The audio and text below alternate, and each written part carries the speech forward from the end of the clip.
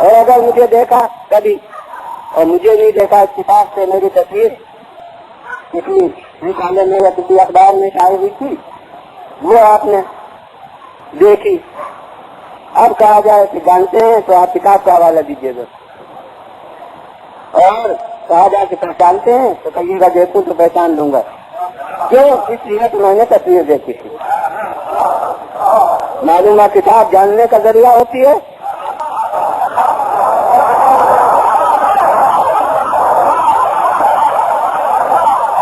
تصویر پہچاننے۔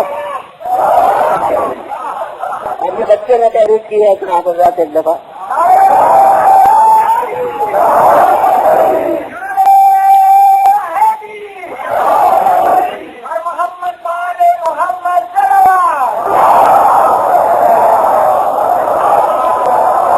کتاب جاننے کا ذریعہ ہوتی ہے، پہچاننے کا ذریعہ نہیں ہوتی۔ کائنات میں جتنی چیزیں ہیں آفاق میں جو باتیں ہیں وہ سب اللہ کو جاننے کا ذریعہ ہے، اور اس لیے میں کہتا ہوں خالے بھول میں کوئی فرق نہیں، خیر بھی بھول ہمارے ساتھ اتنی ہی رکھتا ہے جتنی ایک گل رکھتا ہے، اس لیے ضلع اور آفتاب میں کوئی فرق نہیں، ایک گردہ بھی دلیل وجود داری ہونے میں آفتاب ہے۔ انہیں کائنات کی ہر شے اللہ سے جاننے کا ذریعہ، جس طرح ایک کتاب اپنے مصنف سے جاننے کا ذریعہ، مگر نقص انسانی یہ جاننے کا بھی ذریعہ مخلوق ہونے کے اعتبار سے، اور اسے خالق نے عالم امکان میں اپنے صفات کی جلوگاہ بنا دیا ہے۔ بجرد میں یاد رکھیے، عالم امکان میں اپنے صفات کی جلوگاہ بنا دیا ہے۔ بس ایک صفت عرض کروں، آپ کا نفس یعنی جسے آپ میں کہتے ہیں، میں اپنے کو میں کہتا ہوں، یہ کہتے ہیں وہ کہتے ہیں، یہ سب اشارے جو کر کے آپ آدمی کی تشخیص کرتے ہیں، یہ نفس انسانی، یہ ہاتھ میں ہے کہ پیر اس سے خالی ہو، یہ پیر میں ہے کہ ہاتھ خالی ہو، آنکھ میں ہے کہ کان خالی ہو، زبان میں ہے کہ دل خالی ہو۔ آپ نے سب نہیں کہہ دیا، میں کہتا ہوں اچھا کہ یہ تقسیم ہے، تھوڑا پانے میں ہے، تھوڑا ہاتھوں میں ہے، تھوڑا کانوں میں ہے، تھوڑا آنکھوں میں ہے، اور کہیں مجھے بھی نہیں۔ اللہ اکبر، میں کہتا ہوں کہ پھر کیا ہے؟ اور کہیں تو پوچھتا ہوں آپ کہ نہیں ہے، یہ ہے ایک مختصر سے جسم میں لامکان ہونے کا لقطہ۔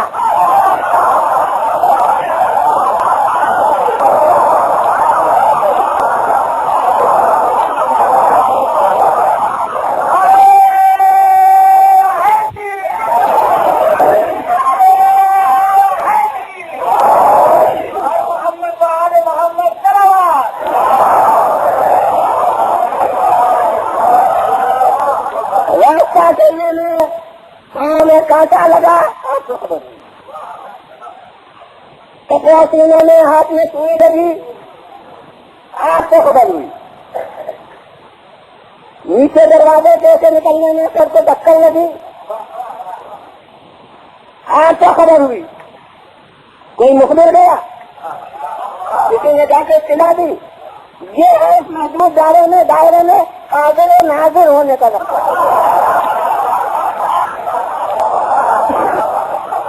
دیکھیے بھلے صاحب،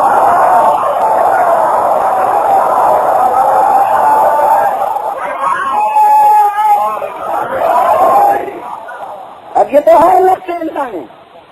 اب جتنا یہ نفس انسانی کامل پر ہو اتنا جمال آ رہا ہے وجود کے بعد، اور آج سمجھ میں آیا، کہنا ہو کے بہت کچھ سمجھ چکے تھے، اب ایک اور پہلو اب سمجھ میں آیا کہ پیغمبر نے دو چیزیں کہتے ہیں، ایک کتاب کو جاننے کا ذریعہ، ایک پہلے گئے تو پہچانے کا۔